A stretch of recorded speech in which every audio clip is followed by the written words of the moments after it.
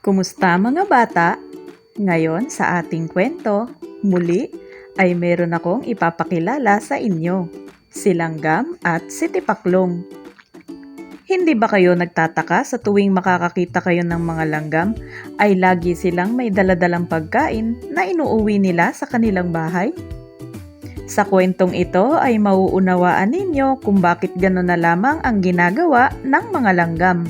Muli ay inaanyayahan ko kayong makinig sa aking kwento.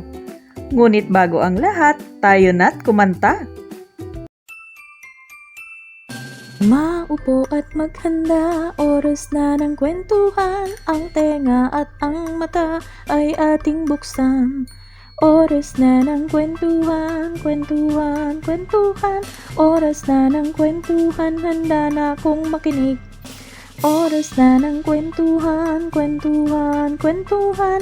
Oras na ng kwentuhan, handa na akong makinig. Maupo at maghanda, oras na ng kwentuhan. Ang tenga at ang mata ay ating buksan. Oras na ng kwentuhan, kwentuhan, kwentuhan. Oras na ng kwentuhan, handa na akong makinig. Oras na ng kwentuhan, kwentuhan, kwentuhan. Oras na ng kwentuhan, handa na akong makinig. Ito ay mula sa kwento ni Jim Lloyd at Aesop. At muli ay meron akong idinagdag at ibinawas upang mas maging kapanapanabik ang mga pangyayari sa kwento ni Langgam at Tipaklong. Ang mga larawan naman ay mula sa AI Google Gemini. Heto muli ang inyong Mami Amor na magkikwento sa inyo. Noong unang panahon, sa isang kabukiran ay may nakatirang langgam at tipaklong.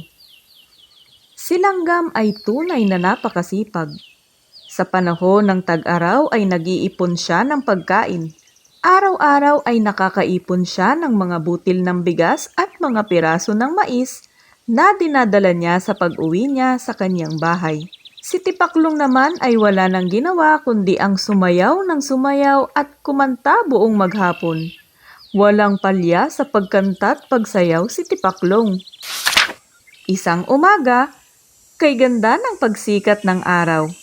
Gaya ng dati, si Langgam ay naghanda upang muling maghanap ng butil ng bigas at piraso ng mais na iuuwi niya sa kanyang bahay. Hay! Ang ganda ng sikat ng araw! Gaganahan na naman ako nitong maghanap ng mga butil ng bigas at piraso ng mais! Ang sabi ni Langgam. At nagsimula na nga siyang maglakad. Hindi pa man nakakalayo si Langgam ay dinig na ang pagkanta ni Tipaklong. Ako si Tipaklong, ako si Tipaklong, sasayaw at kakanta sa maghapon. Ako si Tipaklong, ako si Tipaklong, sasayaw at kakanta sa maghapon. Masayang pagkanta ni Tipaklong na sinasabayan niya pa ng pagsayaw. At nakita niya si Langgam. Oy, magandang umaga sa'yo, Langgam. Hindi ka na ba nagsawa sa kakahanap ng mga butil ng bigas at piraso ng mais? Tignan mo ako at pakanta-kanta at sayaw lang.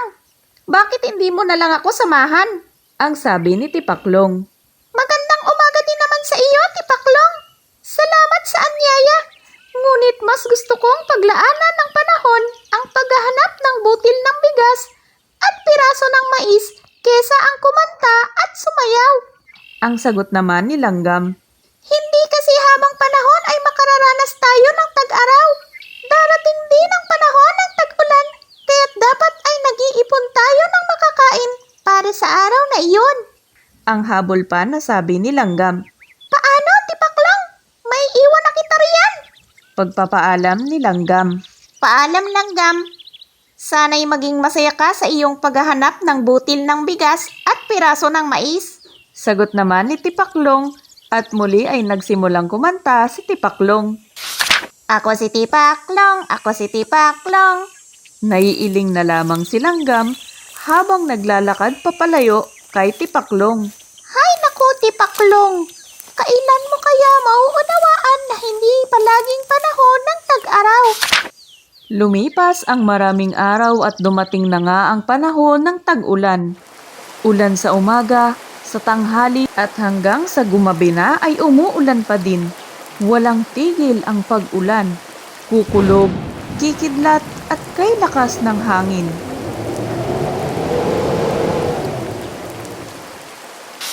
At dahil naging masipag si Langgam noong panahon ng tag-araw, kaya siya ay komportable sa kanyang bahay at hindi nag-aalala kung siya ba ay may makakain sapagkat naging masipag siya sa pag-iipon ng butil ng bigas at piraso ng mais. Ang sarap sa pakiramdam na hindi ko kailangang mag-alala kung meron ba akong kakainin bukas. Masayang nasabi ni Langgam habang nakatingin sa mga naipon niyang butil ng bigas at piraso ng mais. Samantala, si Tipaklong na walang ginawa kundi ang kumanta at sumayaw noong panahon ng tag-araw, ay gutom na at lamig na lamig dahil wala siyang masilungan. Totoo nga ang sinabi ni Langgam na hindi habang buhay ay panahon ng tag-araw. Malungkot na nasabi ni Tipaklong sa sarili.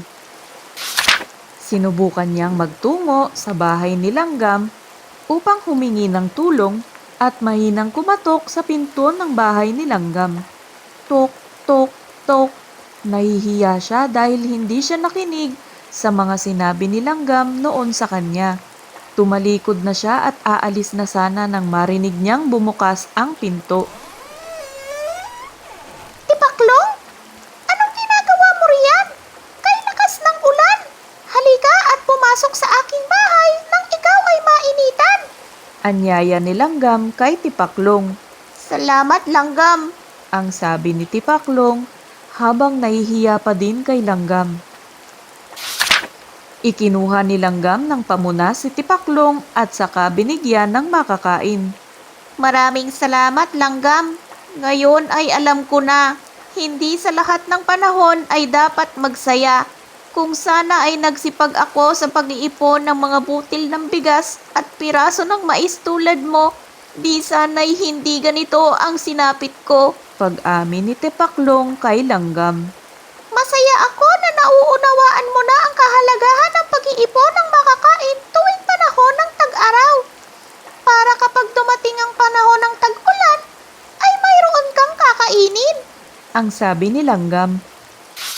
Natapos na ang panahon ng tag-ulan at muling sumikat ang araw. Panahon na muli upang maghanap ng mga butil ng bigas at piraso ng mais, si Langgam, at ipunin ang mga ito. Ako si Tipaklong, magsisipag sa paghanap ng pagkain. Ako si Tipaklong, magsisipag sa paghanap ng pagkain. Magmula noon ay natuto ng mag-ipon ng makakain si Tipaklong dahil hindi laging panahon ng tag-araw. At dito na nagtatapos ang kwento ni Langgam at Tipaklong. Nagustuhan mo ba ang kwento ni Langgam at Tipaklong? Sa iyong palagay, bakit kaya ang sipag ni Langgam na maghanap ng butil ng bigas at piraso ng mais tuwing panahon ng tag-araw? Tama! Dahil iniipon niya ang mga ito upang sa panahon ng tag-ulan ay mayroon siyang makakain at hindi siya magugutom.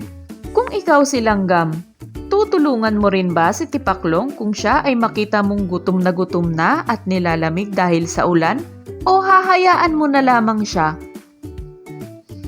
Bilang isang batang katulad mo, mas mabuti ang tumulong sa kapwa kahit pa hindi sila nakinig sa mga payo mo at turuan mo sila kung ano ang dapat nilang gawin sa susunod.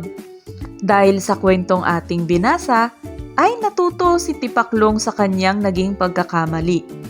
Hindi ba't nakatulong ka pa sa iyong kapwa? Sana ay nag-iwan ito ng magandang aral sa iyo. Hanggang sa muli, paalam!